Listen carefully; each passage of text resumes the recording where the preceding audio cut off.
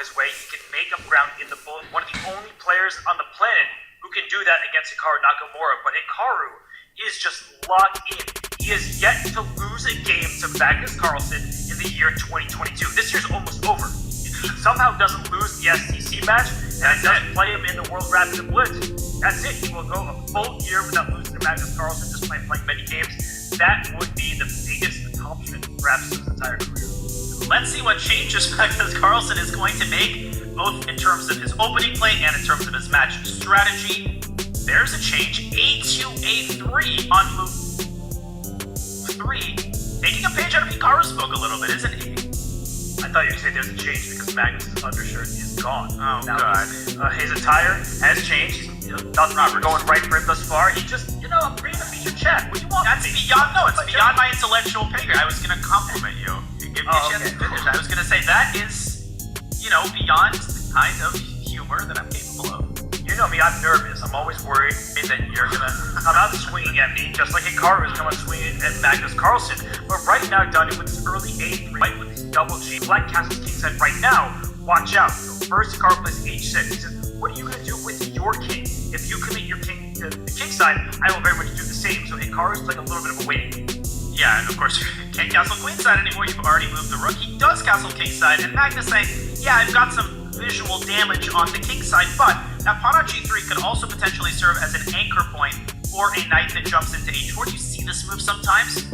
We have a trade on E4, and is Hikaru contemplating he takes E4 to push the knight off of F3? Pretty risky decision because you don't want to get caught with isolated pawns, or double pawns, I should say, in this position, but he goes for it. And now a big choice for Magnus to drop his knight to D2. So C5, knight C4, knight D6 for white. But as you're indicating, black is fighting for that very same pawn push to try to chisel at white's pawn on D4. And there is a second pawn push, E6, E5, which has the benefit of undoubling black's pawns. But you're absolutely right. Hikaru doesn't mind these double pawns. Both of them are serving a purpose. The E6 pawn is protecting the bishop, which is protecting E4. This is like one defensive unit. And Magnus is driving his queen up to B3, forcing a little weakness and making space for his rook to enter the party. Here might come knight B1, knight C3, improving the knight, or it goes queen C3, you want B4. Perhaps white is essentially up a pawn in many ways because black has these double E pawns. So let's slice the board in half. No, I'd love to do that. If we look at the A through the D file, white has 4 pawns, black only has 3. So if you can force that pawn off of C5, Danya, like let's say C takes B4, A takes B4, we have a passed pawn ready to roam. Hikaru is going to keep this pawn on C5 as long as it is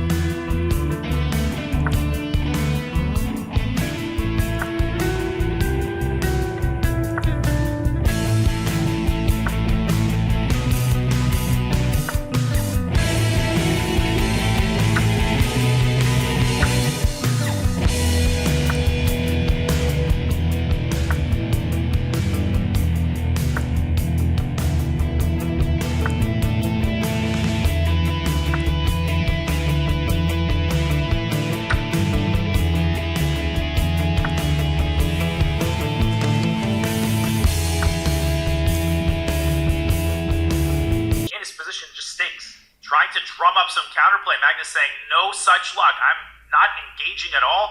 Maybe rook d1 can be tried, but the problem is that even if the rooks are off the board, that might actually help white, because the knight is more than capable of seeing the pawn through to promotion. Hikaru has to keep the pieces on the board, and he does, and queen a5 here is still possible.